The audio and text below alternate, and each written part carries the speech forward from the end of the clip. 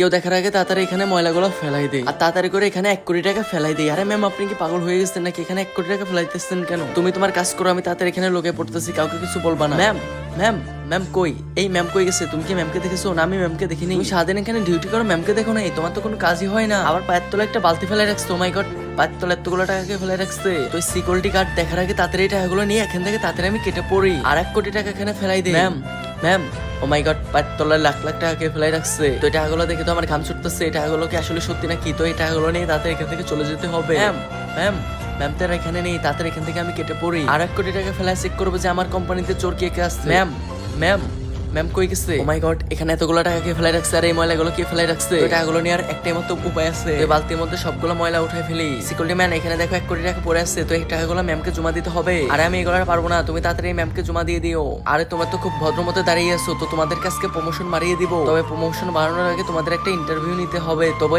Interview তোমাদের আগেই হয়ে গেছে। ইন্টারভিউটা ছিল হচ্ছে 17টার ইন্টারভিউ, তো 17টার ইন্টারভিউতে তোমরা সবাই ফেল করেছো, শুধুমাত্র এই মেয়েটা পাস করেছে। তাই এই মেয়েটা চাকরিটার প্রমোশন বেড়ে যাবে, তোমাদের চাকরি থেকে সাসপেন্ড করা হবে। তো পার্ট 2 দেখার জন্য সাবস্ক্রাইব করে রাখো।